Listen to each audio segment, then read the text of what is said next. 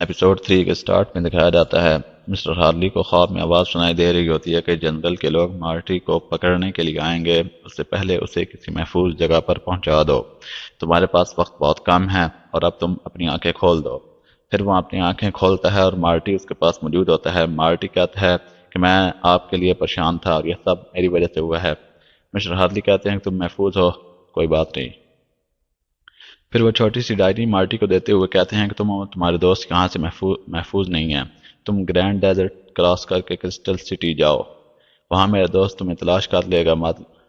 Marty مطلب پوچھتا ہے تو مسٹر ہارلی کہتا ہے کہ آئرن ٹاور تمہیں پکڑنے کے لیے آئے گا، ان کے گارڈز پہنچنے والے ہوں گے۔ مسٹر ہارلی غصے میں کہتا ہے تو مارٹی وہاں سے چلے جاتا ہے۔ ان کے جانے کے بعد بلیک بیوٹی اپنے لوگوں کے ساتھ وہاں پہنچ جاتی ہے اور اس سے مارٹی کے بارے میں پوچھتی ہے۔ مسٹر ہارلی کہتے ہیں میں نہیں جانتا۔ پھر وہ اپنے لوگوں کو کہتی ہے کہ اسے ساتھ لے چلو۔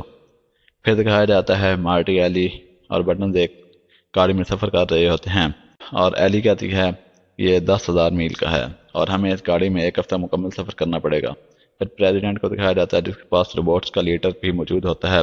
وہ اس جگہ موجود ہوتا ہے جہاں مارٹی نے روبوٹ کو تباہ کیا تھا۔ پریزیڈنٹ کہتا ہے کہ یہ کیسے ممکن ہے کہ کوئی جائنٹ روبوٹ کو تباہ کر دے۔ روبوٹ لیڈر کہتا ہے کہ ایک چھوٹا بچہ تھا، اس کے ہاتھ میں گلو تھا۔ پریزیڈنٹ کہتا ہے کہ مجھے اتنا بیوقوف سمجھتے ہو، میں نے تمہیں کہا ہے کہ ایلی کو واپس لے آؤ اور تم مجھے ایک بچے اور اس کے گلو کی کہانی سنا رہے ہو۔ پھر کہتا ہے ان دونوں کے پوسٹر بنواؤ اور پورے ڈیزرٹ میں پھیلا دو، تم مجھے ایلی اور اس بچے کو لا کر دو گے۔ پھر وہاں پر بلی نام کا آدمی آتا ہے اور پریزیڈنٹ سے کہتا ہے کہ میں نے اس تلاش کر لیا ہے۔ پریزیڈنٹ کہتا ہے کہ وہ کہاں موجود ہے۔ بلی کہتا ہے پریشان مت ہوئیے، وہ اپنے راستے پر نکل چکا ہے۔ پھر ہمیں اس آدمی کو دکھایا جاتا ہے جس کا نام سٹیل جا ہوتا ہے۔ وہ ایک ہوٹل میں موجود ہوتا ہے۔ ہوٹل سے باہر فیڈریشن اسالٹ فورس کو دکھایا جاتا ہے جو سٹیل جا کو پکڑنے کے لیے آتی ہے کیونکہ وہ ایک مجرم ہوتا ہے۔ مگر سٹیل جا کچھ سپاہیوں کو مار کر وہاں سے نکل جاتا ہے۔ پھر ہمیں مارٹی کو دکھایا جاتا ہے جو اپنی گاڑی بیچنے کے لیے بیڈ مین کے پاس لایا ہوتا ہے۔ بیڈ مین گاڑی کی قیمت بہت کم لگاتا ہے۔ پھر ان میں کچھ بحث ہوتی ہے تو مارٹی کی نظر پیچھے رکھے فیکس پر جاتی ہے جس پر اس کی اور ایلی کی تصویریں ہوتی ہیں اور انعام کی رقم بھی لکھی ہوتی ہے۔ اسے دیکھ کر مارٹی وغیرہ وہاں سے گاڑی لے کر نکل جاتے ہیں۔ بیڈ مین کی نظر فیکس کی طرف جاتی ہے تو وہ شاک ہو جاتا ہے۔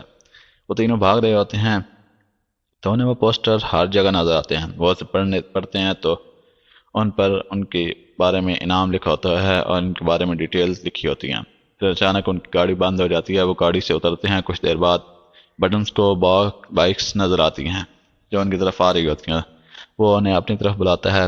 بائکس والوں کا لیڈر تنزیہ انداز میں کہتا ہے دیکھو، ایک لڑکی اور ایک بچہ اور ان کے ساتھ ایک ڈاگ ڈیزرٹ کی سیر کر رہے ہیں۔ ان بائکرز میں سے ایک ایلی کو تنگ کرنے لگتا ہے تو مارٹی کو غصہ آتا ہے۔ وہ اسے پنچ مارتا ہے۔ وہ اڑتا ہوا گاڑی سے ٹکرا کر بے ہوش ہو جاتا ہے۔ یہ دیکھ کر بائکرز میں سے ایک اپنا ہیلمٹ اتار کر مارٹی سے لڑائی کے لیے آتا ہے جس کا نام کینی ہوتا ہے۔ پھر ان میں کچھ دیر فائٹ ہوتی ہے۔ مارٹی کمزور ہوتا ہے۔ کینی اس پر فنشنگ موو استعمال کرنے والا ہوتا ہے۔ تبھی وہاں باب پہنچ جاتا ہے جو کہ ایک ٹرک ڈرائیور ہوتا ہے۔ وہ تمام بائکس والوں کو پیٹتا ہے۔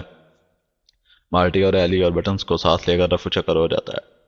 تینوں باب کے ساتھ ٹرک میں بیٹھ کر جا رہے ہوتے ہیں تو مارٹی کی نظر اوپر پڑے ہوئے پوسٹرز پر پڑتی ہے جن پر تینوں کی تصویریں ہوتی ہیں اور تینوں ڈر جاتے ہیں۔ دوستو، میرے چینل کو سبسکرائب کریں۔ ایپیسوڈ 4 کے سٹارٹ میں بیڈ مین کو دکھایا جاتا ہے جو کہ میپ کو دیکھ رہا ہوتا ہے اور سوچ رہا ہوتا ہے کہ ان بچوں کے پوسٹرز ہر جگہ ہیں تو وہ ضرور ڈیزرٹ کی طرف جائیں گے کیونکہ وہاں ہر کوئی آسانی سے چھپ سکتا ہے۔ پھر پریزیڈنٹ کو دکھایا جاتا ہے، اس کے ساتھ بلی بھی ہوتا ہے۔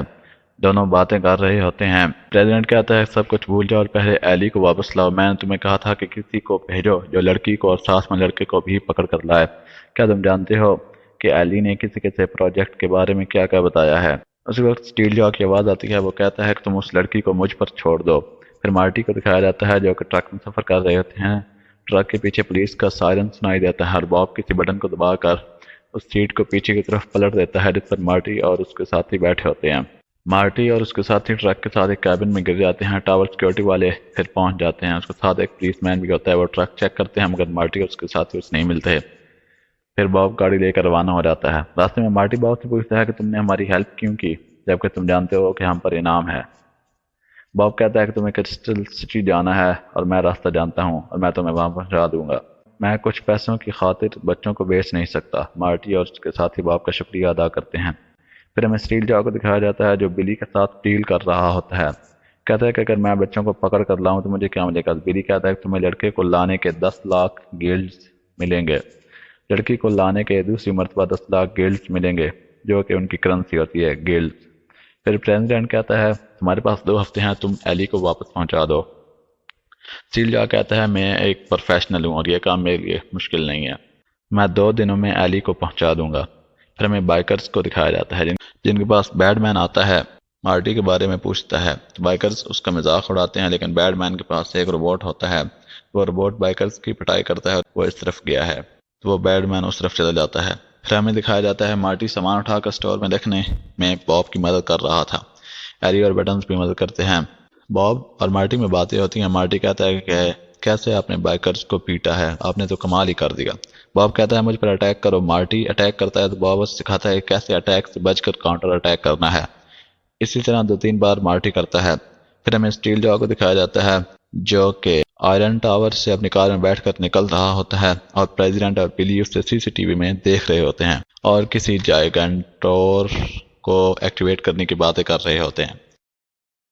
اس وقت وہاں پر بیڈ مین اپنے روبوٹ کے ساتھ وہاں پر پہنچ جاتا ہے، جس وقت مارٹی اور باب سامان منتقل کر لیتے ہیں۔ باب اور روبوٹ میں فائٹ ہوتی ہے، پھر روبوٹ حملہ کرتا ہے، باب ڈاج کرتا ہے تو باب پر وہاں رکھا سامان گر جاتا ہے اور اس کا گھٹنا متاثر ہو جاتا ہے۔ پھر مارٹی روبوٹ کے ساتھ فائٹ کرتا ہے، مارٹی ڈرتا ہے لیکن باب اسے یاد دلاتا ہے کہ کیسے اسے سمجھایا تھا۔ پھر مارٹی اسی طرح فائٹ کرتا ہے اور روبوٹ کو پیٹ ڈالتا ہے، بیڈ مین وہاں سے بھاگ جاتا ہے۔ دوستو میرے چینل کو سبسکرائب کریں اور اگر یہ ویڈیو پسند آئے تو کمنٹس میں لازمی بتانا۔ شکریہ۔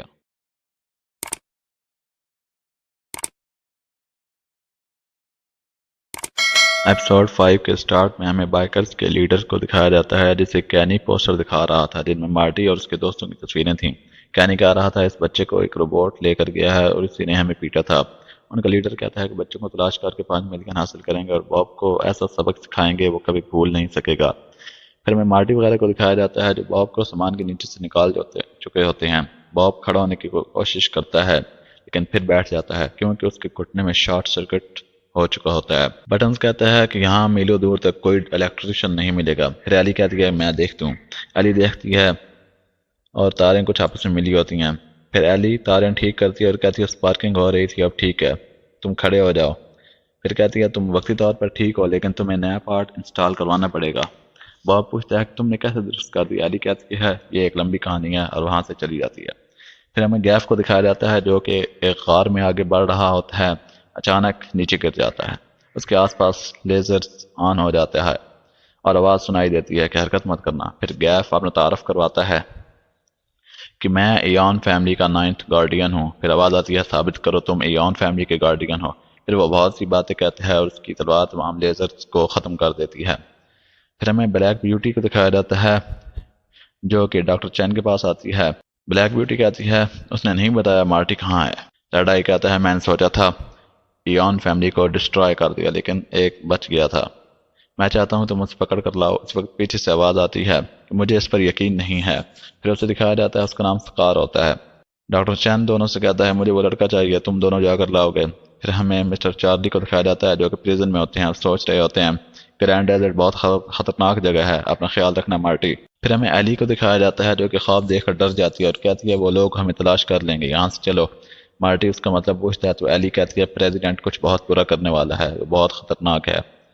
پھر پریزیڈنٹ کو دکھایا جاتا ہے جو کہ جائگنٹور کو ٹیسٹ کر رہا ہوتا ہے تو ایک سائنٹسٹ کہتا ہے کہ ہمیں ایلی کی ضرورت ہے، وہ اسے مکمل کنٹرول کر سکتی ہے۔ مسٹر بلی کہتے ہیں کہ ایلی جلد ہی یہاں موجود ہوگی۔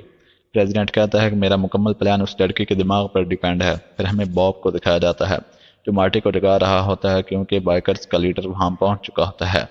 پھر ان میں فائٹ ہوتی ہے، باب اپنا ٹرک بھگاتا ہے اور ایک برج کراس کر کے دوسری طرف پہنچ جاتے ہیں، بائکرز بھی وہاں پہنچ جاتے ہیں۔